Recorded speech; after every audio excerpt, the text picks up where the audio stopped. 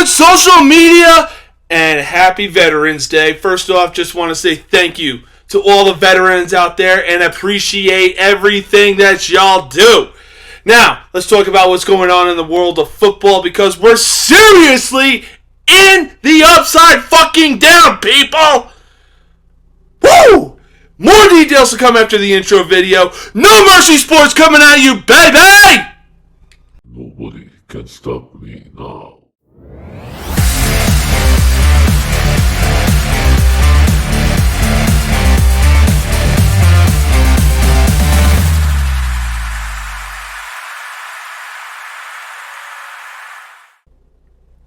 We'll get into the stranger things that are happening in the world of football right now. But for now, yes, baseball season is over, but the Mets wasted little time by making a move by signing closer Edwin Diaz to a 5-year, $102 million deal. Sure, this is an excellent move for the Mets, making sure that they're closer with one of the coolest entrances in the game right now.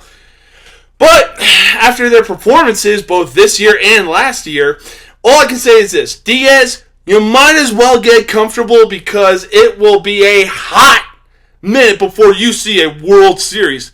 The Mets haven't won jack fucking shit since 1986, and after the implosions of this year and last year, it's going to be an even longer wait before they see another one.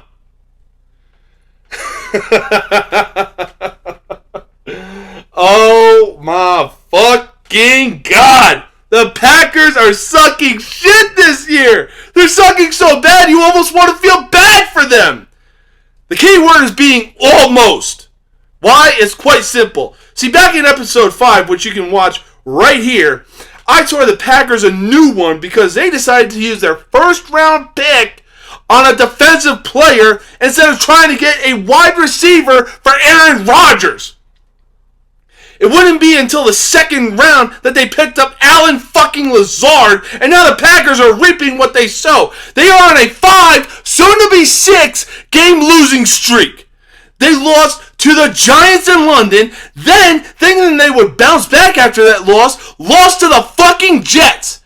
Oh, but the trend would continue as they would lose again to the Washington fucking Redskins. Now, honestly, it's no surprise that they would lose to the Bills, though. I mean, come on, the Bills are Super Bowl favorites this year. Let's be real. However, last week, honestly, looking back, if I made predictions, probably would have taken Green Bay over Detroit. Man, am I glad I didn't make that prediction, because Green Bay lost to fucking the goddamn Detroit Lions. What the hell's going on out here? The Packers should have one fucking loss throughout those 5 games. But instead, they're sitting near the bottom of the barrel with the fucking Lions. Congratulations, Green Bay. You screwed yourselves with draft picks and paying the price for it. Honestly, I hope you fuckers finish your season with a losing fucking record, because after the Detroit game, not only has your Super Bowl window closed, although it's been closed for a while during this losing streak, but your season is fucking done! Choke on it, bitches! Oh. Alright. Let's focus on some more important things, like the matchups for this upcoming weekend. Getting things started, we had the State School from Ohio, who's currently ranked 2nd, taking on Indiana. As much as I would love to say this game will be a battle, it won't. That State School from Ohio gets the win in dominating fashion. Now, honestly, it's no surprise that Tennessee dropped in the rankings to number 5. Hopping on the trend, they didn't deserve to be number 1 to begin with. And Georgia showed that in the 27-13 win last week. However, this week is a bounce back for them as they take on Missouri. Shouldn't be too big a surprise when 5th-ranked Tennessee gets the win. Moving on, we have 7th-ranked LSU, who was ranked 10th, going into their game against Alabama, who we'll get to in a minute. Anyways, LSU's taking on Arkansas. Much like Tennessee, the Tigers are going to continue to ride the wave of momentum and get the win over the Razorbacks. Next up, we have 20th ranked Notre Dame, who is finally starting to find a rhythm, going 3-1 in their last 4 games, including wins over Syracuse and fucking Clemson. This week, they take on the Navy midshipmen. Hoo-yah! Sorry, force of habit, being prior Navy and all. Anyways, Notre Dame keeps their win streak going, getting the 4th over Navy. Sorry, guys, but cheer for old Notre Dame. Anyways, man, Illinois is coming off a tough loss to Michigan State and getting knocked down in the rankings from 16 to 21. However, the Boilermakers are on a skid themselves, losing back-to-back games. Unfortunately for Purdue, it's going to be 3 straight losses as the Fighting Illini will get this win on Saturday. This next game will come as no surprise as the Wildcats of Kentucky get the win over Vanderbilt without even breaking a sweat. Oh, Oklahoma. Sure, it's where the wind comes sweeping down the plain, but man, have they been having a rocky season this year. To make things even more challenging for them, it's going to be a brisk 51 degrees with a chance of rain in West Virginia. This could very well be a battle, but I see the Sooners coming out on top against the Mountaineers. Damn, Liberty, look at you guys being 8-1. Shouldn't be too much of a surprise when y'all get the win over UConn and actually get into the rankings. Now, before moving on, shouldn't be too big of a surprise when the University of Spoiled Children gets the win over Colorado. However, this game between East Carolina and Cincinnati should be an interesting one. I'm going to go against my gut and take the Pirates over the Bearcats. Oh, Michigan State. If only you guys could see how stupid y'all have been in the last 2 weeks. You idiots! Showed more fight in the tunnel against Michigan and your win over Illinois than you did in the actual game against Michigan! But hey, humor me this week and try to get the win over Rutgers, because if y'all don't, you damn sure won't hear the end of it! Wow. Duke, a school that's mostly known for basketball and lacrosse, actually has a winning record this year. Right now, they're coming off wins against the U and Boston College. I ain't even doing the U because they suck this year. Anyways, so I can see them stretching to a 3-game win streak against Virginia Tech. Oh, James Madison. 1 minute you're sitting ranked at 25th in the FBS standings. The next you're on a 3-game losing streak and no longer ranked. But hey, this game against Old Dominion should help lift your spirits when you guys get the win. And if you don't, well, consider yourselves in the same column as Texas. Hashtag horns down. Alright, enough mumbo jumbo. Let's move on to some real games here. 3rd-ranked Michigan looks to keep their undefeated season alive until the game as they take on the Cornhuskers. This decision is an absolute no-brainer. Go Blue. Go Blue. Oh man, here we go. 9th-ranked Alabama, who has suffered a very rare 2 losses to their season, take on 11th-ranked Ole Miss.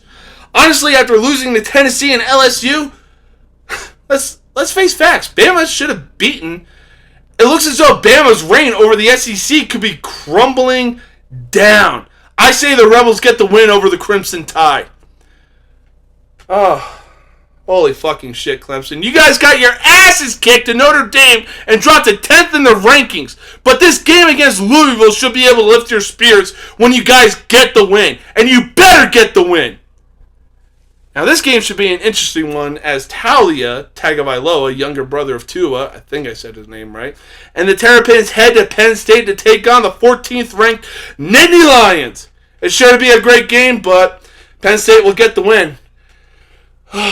This next game is a game that needs no thinking to know who the winner is going to be. 16th-ranked NC State gets a cruising victory over Boston College.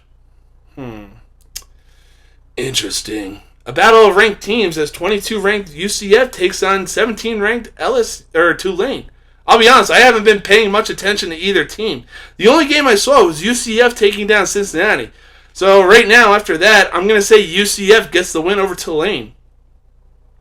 Honestly, after last week's win over Tennessee, Georgia will continue to show why they're the number one ranked team in the country when they beat the ever-living piss out of Mississippi State without breaking a sweat. Here we go. A battle of the Pacific Northwest as 25th ranked Washington heads to Eugene to face 6th ranked Oregon. Quack. This is sure to be a great game, but the Ducks will show why they're ranked 6th and get the win.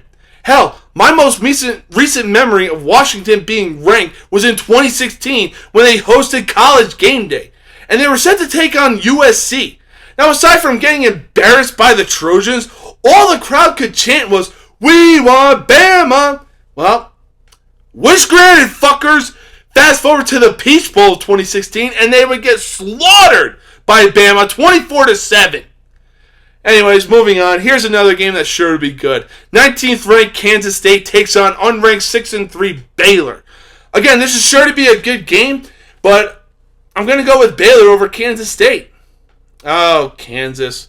Once ranked against TCU would eventually lead to a 3-game losing streak. The good news is they bounced back with a win over the Oklahoma State Cowboys. Not Dallas, you morons! This week, Kansas is taking on the Red Raiders of Texas Tech. So it shouldn't be too big a deal when Kansas stays on the winning track and gets the win over the Red Raiders. Battle of Texas as 4th ranked TCU goes into Austin to face 18th ranked Texas. This is honestly a no-brainer as the Horned Frogs will show Texas why they're in the top 5 rankings for a reason. Horns fucking down, bitches! Oh boy. Wake Forest currently riding a 2-game losing streak as they host 15th ranked North Carolina. Now mostly known for being a basketball school as they are a football school, but to see the Tar Heels ranked this year is pretty interesting. However, not going to pick against the favorite and go with the Demon Deacons getting the win. Coastal Carolina, how the hell are you guys 8-1 and not even ranked? There are plenty of teams in the bottom of the rankings that shouldn't even be ranked. Oh well. Hopefully you guys get into the rankings after a win over Southern Miss. Battle of the ACC as 23 ranked Florida State heads into Syracuse. Oh, Syracuse. Once ranked 14th 2 weeks ago, now you're on the outside looking in, riding a 3-game losing streak. But this week should be different when you guys get the win over Florida State. Now these next 2 games require little to zero thought, as 13th ranked Utah gets a win over Stanford and 12th ranked UCLA gets a win over Arizona. Now for you night owls that might be up when the Utah and UCLA games start, I got Boise State over Nevada, San Jose State over San Diego State, and Utah State over Hawaii. Oof, my goof. Sure, the Panthers got the win over the Falcons last night, but the biggest loser was us fans having to sit through that monstrosity and watch it. Seriously, if you didn't watch the game on Thursday, I really wouldn't waste your time watching the highlights and would be more focused on the upcoming games for this Sunday. Now, sure, we've had football games in London, and I'm pretty sure we had a game that was in Mexico as well. But now things are going in a different direction as the Seahawks and Buccaneers battle it out in Munich, Germany. The Bucs have been on a bit of a roller coaster this year, but I wouldn't count them out just yet. On the other hand, Geno Smith is having an MVP caliber season this year. As much as I want to pick the Bucs to win this game, I want Seattle getting the win. Next up, we have a battle of the 6-2 Bills against the 7-1 Vikings. After a disappointing loss to the Jets last week, and depending on Josh Allen's status, the Vikings could walk away with a win. How the fuck Detroit got a win over Green Bay blows me away. That should have been an easy win for the Packers, but again, Green Bay is reaping what they sow by not picking a wide receiver in the first round. Anyways, Detroit heads to Chicago where Justin Fields is coming off one hell of a performance against Miami last week. So, sorry Detroit, looks like your victory over Green Bay is going to be short-lived, and Bears will walk away with the dub. Honestly, after this season Denver is having this year, it's a no-brainer that the Titans will get the win. Not to mention the same thing can be said for the Chiefs when they take on the Jaguars. I swear to God, the AFC East is exactly what we thought the AFC West would be this year. Man, did that prediction age like milk. But anyways, Cleveland is heading down south to South Beach to take on the Dolphins. Miami gets the win and keeps the AFC East a feared division. You know what? Coming off a bye week and a tough loss to Seattle, the 6-2 Giants host the Houston Texans. Honestly, this is a game that the Giants needed coming off a bye week. Big Blue gets the win and moves on to 7-2. This game should be an interesting one, but ultimately I see Pittsburgh walking away with a win over New Orleans. Hey Raiders, could you do me a favor? When you have a double-digit lead over the Colts, don't fucking choke it away! You stupid idiots have been choking leads worse than the Falcons did in the fucking Super Bowl in 2016! But then again, the Colts did make ESPN analyst Jeff Saturday their new head coach, so there's that. And I'm going to go with the Raiders getting the win. Well, since Green Bay is on a 5-game losing streak, it's only right to keep the trend going when they lose to the fucking Dallas Cowboys! Oh boy, a battle of mediocre teams. On one hand, you got the Cardinals, whose quarterback can't stay away from fucking Call of Duty. Then on the other hand, you got the defending champions playing like the defending chumps. Honestly, I don't even care who wins this game, but if I gotta make a prediction, I'm gonna say the Rams. Now for the Sunday night game. We had the San Diego Chargers taking on the 49ers. Assuming Brandon Staley doesn't shit the bed, the Chargers should get the dub. But if Staley does find a way to lose, the Niners walking away with the win ultimately. Now, moving on, we have the Monday night game between the Redskins and the undefeated Eagles. Oh, but wait, the Eagles have had an easy path to being undefeated. Yeah, and the sky is blue because God loves the idiotic infantry. If your team was undefeated, you'd be singing a different fucking tune, you morons. Hell, look at the 2020 Steelers. They were 11-0 and playing teams like the Giants, the Broncos, the Texans, the Jaguars, the Eagles. Yes, they sucked 2 years ago, and the Colts. So do me a favor and shut up, bitches. Winning is fucking winning no matter how you look at it. Anyways, I'm going to say the Redskins catch lightning in a bottle and hand the Eagles their first loss. Woo! Tomorrow is fight night. UFC 281 is tomorrow night, and man, it is going to be an awesome card. UFC middleweight champion Israel, the last style bender, Adesanya, defends his title against Alex Pereira. This is sure to be an awesome fight. Pereira has finished 2 of his first 3 fights via knockout and TKO while being in the UFC. Meanwhile, Adesanya has gone to a decision in his last 3 fights. I'm expecting nothing but fireworks, but for this fight, I'm going to say Pereira gets the win and becomes the new middleweight champion. Another big fight on the card is Dustin Diamond Poirier takes on Michael Iron Chandler. Chandler is coming off an impressive knockout over El Cucuy, Tony Ferguson, and Poirier is coming off a loss against Charles Oliveira for the lightweight championship. Much like Adesanya and Pereira, whatever the fuck, I'm expecting nothing but fireworks for this fight and see Poirier walking away with the victory. There is a female fight, but I don't know much about female fighters. But man, oh man, it's weird being in the upside down of football. From the Packers on a losing streak to Bama having 2 losses this season. Who knows what's to come this weekend? I know for a fact I'm going to strap myself in and hold on to my hat because it's sure to be a wild ride this weekend. Aside from that, I hope everyone has a great Veterans Day today and has an awesome weekend. I'll see y'all next week. Peace out.